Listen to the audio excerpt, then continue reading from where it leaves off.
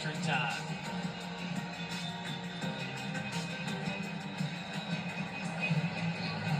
Madison Skinner, my daughter's favorite player, and she's a volleyball player, so she's going to be excited to watch that matchup.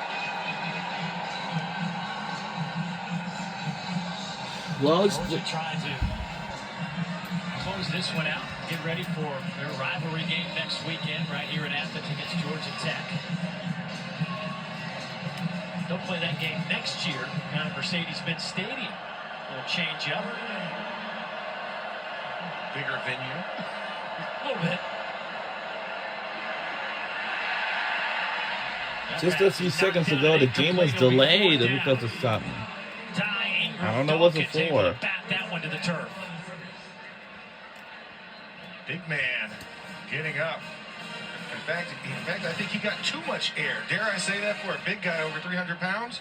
Jumped up and looked, and was caught it on the fall down, so to speak, or the descent, not the ascent of it, and knocks that ball down to make the 3 and out for the Georgia Bulldog defense. Malachi Starks back to return this punt. It's a wobbly end-over-end kick that's going to go out of bounds just across the 45 of Georgia. Let's see where they end up spotting it. At the 40-yard line. Just a 33-yard punt.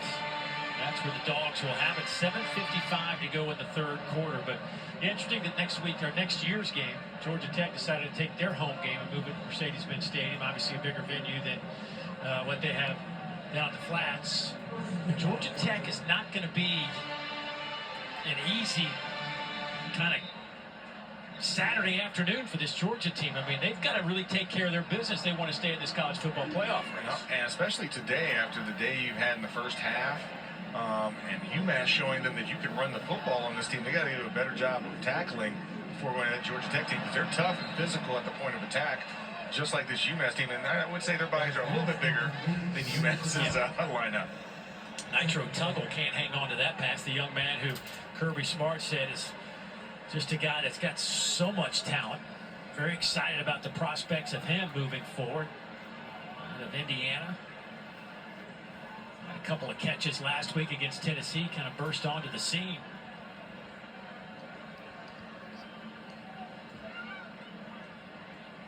Here's Frazier. Frazier driving the pile. Nate Frazier, 5'10", 210 pounds, but certainly run a little bit bigger than that. Gain of 10. And he's physical. When he gets going, those legs get going, I don't know if you want to be in front of him. He is not an easy customer to take down, and he runs so hard. I mean, this is one of those. And listen, Georgia's no stranger to great running backs here. So it looks like he's fitting that mold as a freshman. Lovett goes in more motion. Beck to throw. Ball's out. Flag down. Beck falls on it.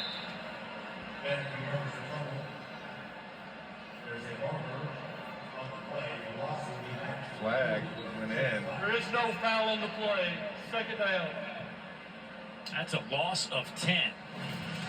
Yeah, Miles Turner coming in, working over Xavier Truss, and just knocks the ball out of Carson Beck's hand as he's looking off to the left. Ball just comes out, and then, everybody's looking around trying to get to it. Good job of holding up those defenders so they didn't run after it, and Carson Beck able to alertly get on top of that football.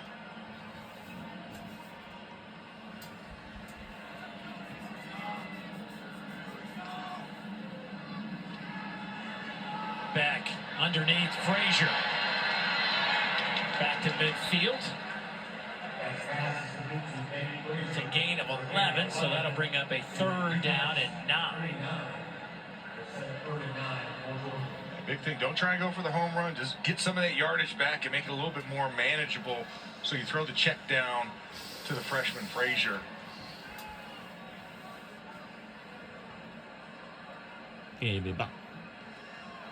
Cass Jones, their third down back, checks in next to Carson Beck. 4-man rush. Underneath to Cass Jones. He makes the catch, but let's see where they spot it. He might be about a yard shy. He had to get it to the 40. And they're actually going to put him at the 40.5. Georgia quickly to the line of scrimmage. Going to go for it. Cass Jones, handoff, second effort, first down at the 35. Pulse stopped a little bit at first because Cass Jones was hitting the backfield, and then second effort got him over the line to gain. And Carson Beck sitting there, he's like, nope, he got it. Thought he was going to create a tush push there for him, but no, Cass Jones said, I got this.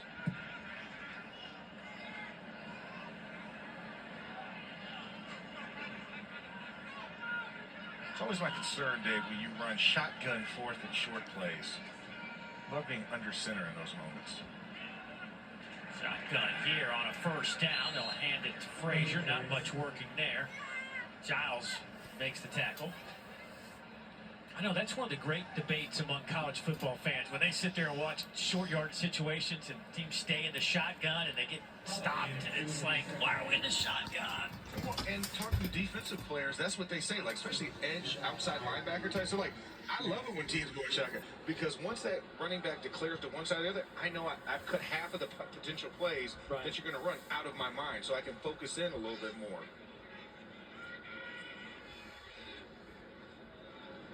Quick throw coming near side. Humphreys with the reception.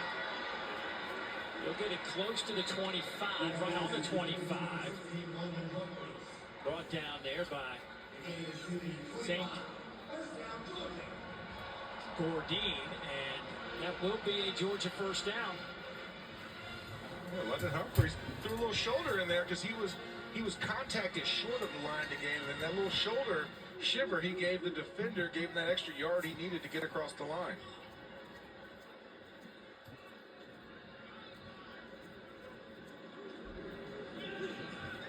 Frazier to the 20. 4.5. Frazier today with 14 carries. Averaging about 5.5 yards per carry. Getting up near his total from last week at 19 carries against the Vols. More and more opportunities, trying to get these young guys a good rotation because you got three freshmen and a veteran in Cass Jones, who's a redshirt junior. Manning the post as Robinson and Etienne are injured. Beck gonna throw it out to Cass Jones. Pressure came immediately. I think Beck was really expecting to see Kofi Asari out there. Yeah, Kofi Asari came blitzing off the edge. I think he kind of got a little tip of the ball as he was blitzing in that moment, which deflected that pass.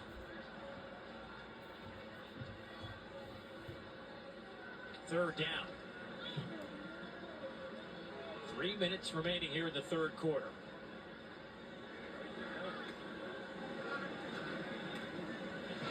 Underneath route, caught, first down. Bulldogs ball came free. They're going to say that Lovett was down. Lovett's third catch of the game, good enough to move the chains. Lovett, nice connection, gets free, secures the ball as he goes down. I'm not sure if he was on the ground. I was say, looked like he was on top of the defender.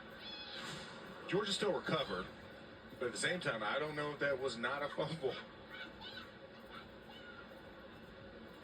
Like now there's a discussion amongst the referees about that. The ruling on the field is a catch, followed by the runner being down. That play is now under video review. Now, the whistle blew, but in a situation like this, they go to, if there was an immediate recovery of the fumble, that's probably what changed where the ball is spotted. If he didn't hit the ground, maybe his backside did, but if not, it was recovered there by Arian Smith. And he might have been back a couple of yards when he picked up the football. Yeah, ball looks to be down at the 11, bounces back to about the 10 and a half yard line. So, did he actually have possession on the catch is another question that I'm sure the replay folks are looking at.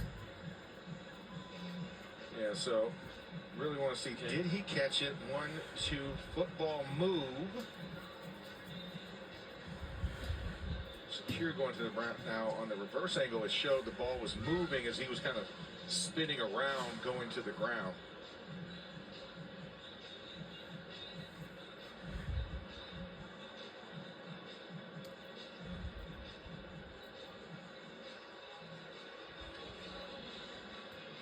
Was he still in possession when that left elbow hit the ground as the ball looked like it was starting to come loose?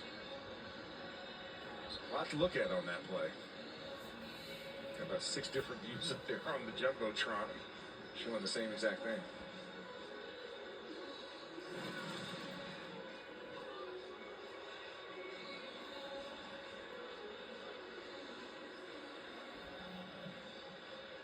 I think that ball was coming out. Yeah. It's hard to really tell in slow motion how long the possession was in terms of did he have control of that football. And if he did, Georgia still got it, but it would be a couple of yards behind. Really, it'd be about the 15, maybe the 16-yard line, perhaps. Yeah, I think you're right, Dave. That ball looked loose on the replay, and yeah, you have to move it back a little bit. Right now, it's initially spotted where Lovett went down. All right, well, here's Lee Hedrick. After video review, video evidence shows that the runner fumbled the ball.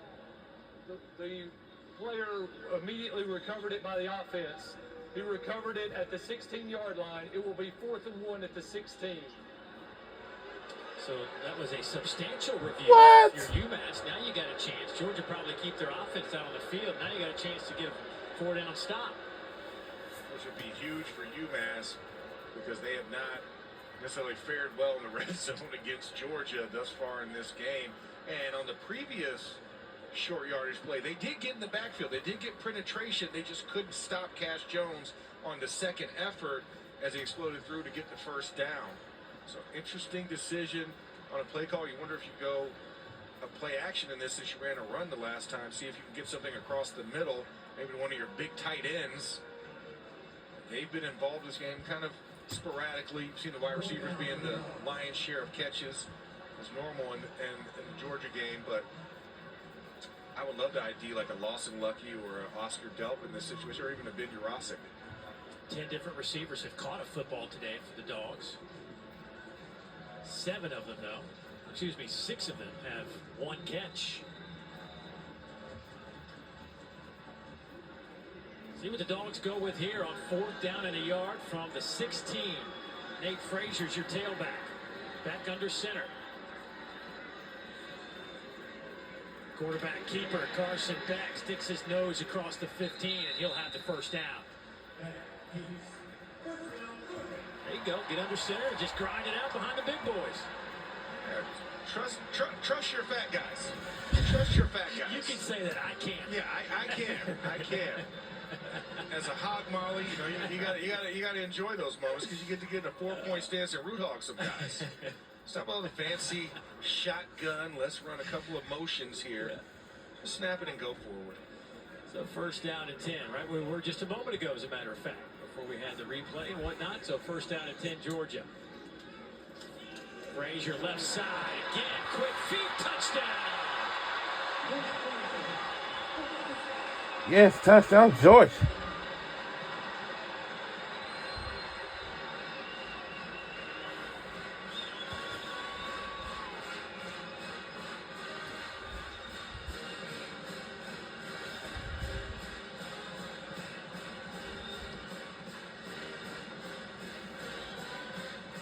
Nate Frazier explosive. I mean, 2nd touchdown of the day and of the second half.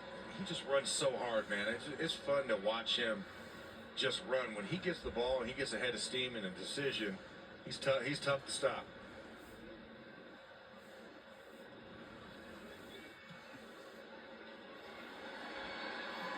And the PAT is split like usually.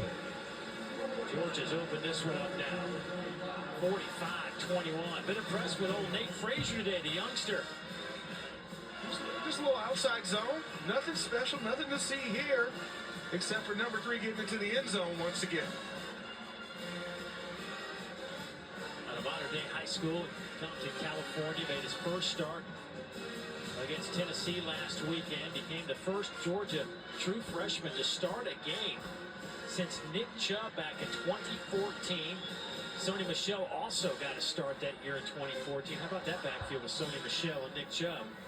That didn't roll around. That didn't come around all the time. No, it doesn't, and especially since I was just in Pittsburgh Thursday night, and Nick Chubb, looking back in form, had 2 rushing touchdowns in that game. So talk about a little connection there. Both of those running backs having a day this week each. But yeah, Sony Michel and Nick Chubb, that was a phenomenal 1-2 punch for the Georgia Bulldogs. Bearcats called for it, give us an opportunity to get to the studio and hear from my good friend Dari Noka. What's up, Dari? Dave, I'll tell you what's up on this AT&T studio update. The Florida Gators are up on Ole Miss. Montrell Johnson into the end zone here. Lane Kiffin made it clear. The SEC championship game, not necessarily the dream anymore. I bet he'd love a spot there now. They're down a touchdown. Well said. Well said.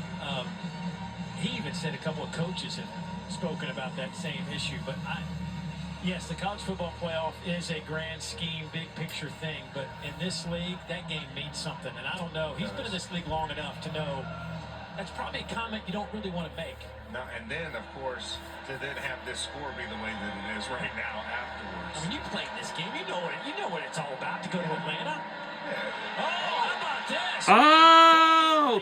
Get him! Stop him! Stop! Got him! Got him! Got him! Got him! Finally! Jalen John just went 68 yards. Another big shot. Whoa!